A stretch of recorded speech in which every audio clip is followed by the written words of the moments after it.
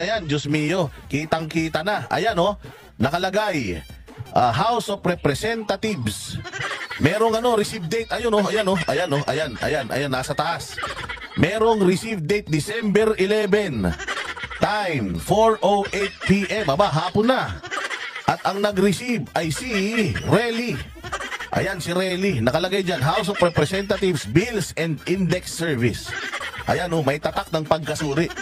Kumbaga ba sa baboy, kumbaga ba sa karning baka, o kumbaga pumunta na sila doon sa slaughterhouse, dinala na sa slaughterhouse, tinatakan na, tatak ng pagkasuri ang tawag dyan, oo, tapos kinatay-katay na nila. Ayan na nga, kinatay na yung budget.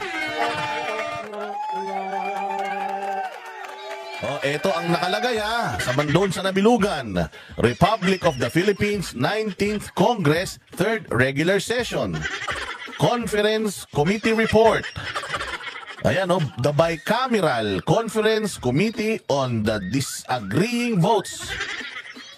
Ayan, tapos nakalagay dyan, House Bill number 10800, titled, An Act Appropriating Funds for the Operation of the Government of the Republic of the Philippines from January 1 to December 31, 2025. Ayan, bilog na bilog, tingnan nyo.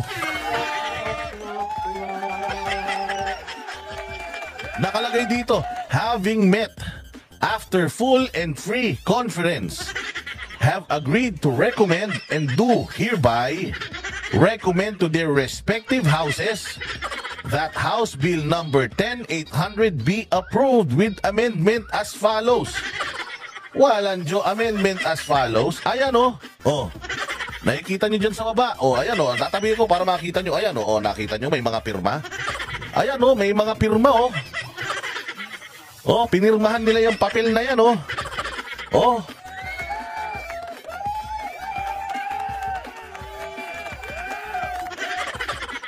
hindi ba? Nakita nyo? Ayan ang nakalagay, Fiscal Year 2025, General Appropriation Bill. Nakalagay dyan yung increase, yung decrease, at saka meron dyan yung net charge.